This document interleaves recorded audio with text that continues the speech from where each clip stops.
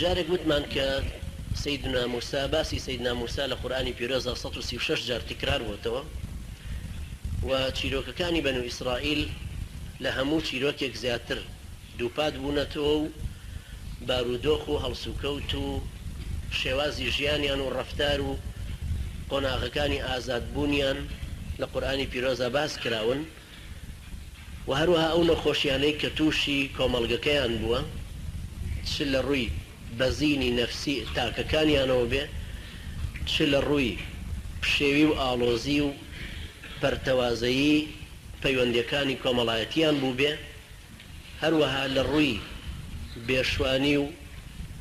بێسەری و بێ ئاراستەیی و بێتەوجیهی سەرکردایەتیانەوە بوو بێ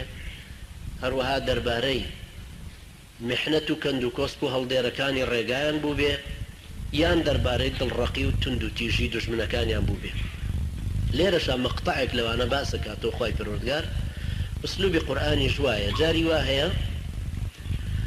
لە سەرەتاوە بیدایەتی چیرۆکەکە باسەکە و نهایەتێکیشی بە 5 ئاەت وەکو مقدمە هەموو چیرۆکەکە باسەکە دوایی دێتە سەر تەفسیلی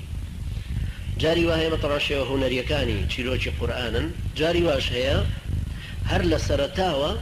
ئینسان کە قورئانە خوێنێتەوە ئەو چیرۆکە خوێنێتەوە بزات نازانێ مەسیری نەتیجەی یان چارەنووسی با بڵێن پاڵەوانی چیرۆکەکە کێیە و چییە نەتیجەکەشی بە چیەگە جاری واش هەیە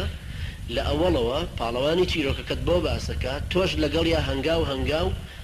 هەنا سەبڕچێ بوو بێ یام ئیطمئنان وردە وردە لەگەڵ یاکەویتە ڕێتان نەتیجەکەی بە تامەزرەوە ڕۆی لەگەڵ ئاەتەکانە و نەتیجەکەی بینی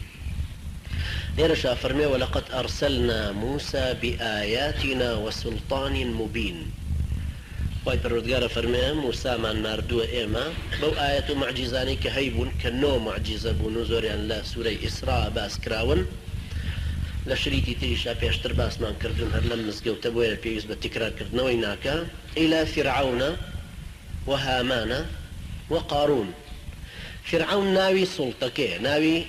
با بڵێن لەقەبی حاکمەکەیە چۆن ئەڵێن بۆ مسلمان خەلیفە ئێستاش لەم زمانەیە وترە ڕئیس جمهور و پاشا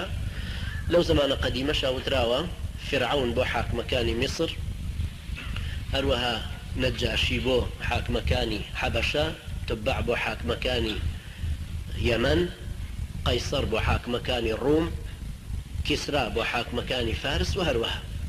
بۆ ئەم فرعونە سەیدنا موسا هاتووە کە تەبلیغی بکە دینی پێ بگێنێ هەروەها شتێکی دنیایش کە ئازادکردنی میلەتەکەی خۆیەتی ئەن ئەرسل معیە بەنی ئیسرائیل ولا تعذبهم ئەوەش واضحە لە ئاەتەکانی قورئان هامانیش کابرای وەزیرەتی ناویەتی وەزیری فرعون قارونیش دەسەڵاتدار و دەوڵەمەندێکی دنیاویست و کاسەلێسە لەبەر خاتری مانەوەی پارە و سەروەت و سامانەکەی لە قەومی موسا هەڵگەڕاوەتەوە و چۆتە پاڵ فرعون بۆ ئەوەی زێر و زۆر و تەدلیسیان هەمووی ببێ بە یەک بەرامبەر بە بانگەوازەکەی سەیدنا موسا بوەستێتەوە چکە خوای گەورە فەرمێ لە سوورەی قەسەس إن قارون كان من قوم موسى فبغى عليهم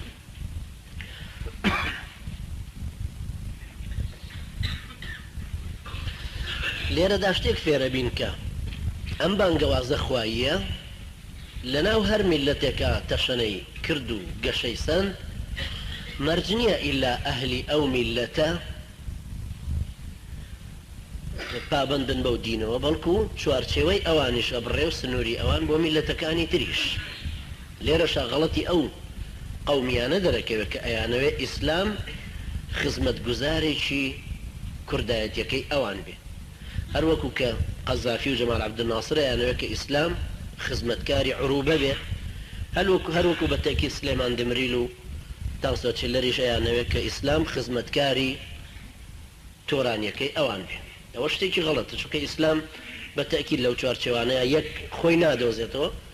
بۆیە ئێستا کە ئێمە لە چیرۆکی یەکێکین باسی یەکێکە ئەفەرمێ مؤمن من آل فرعون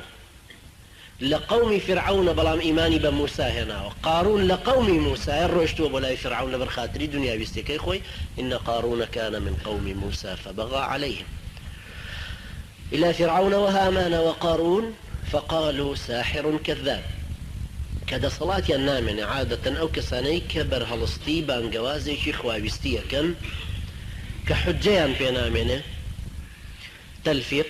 درۆ دەلەسە هەڵبەستن ئەنجا ناو ناکەورە دروستکردن هەڕەشەکردن کە زۆریش تینیان بۆ هات فلأقطعن أيديكم وأرجلكم من خلاف ولأصلبنكم في جذوع النخل ولتعلمن أينا أشد وأبقى وكم هەڕەشەکانی فرعون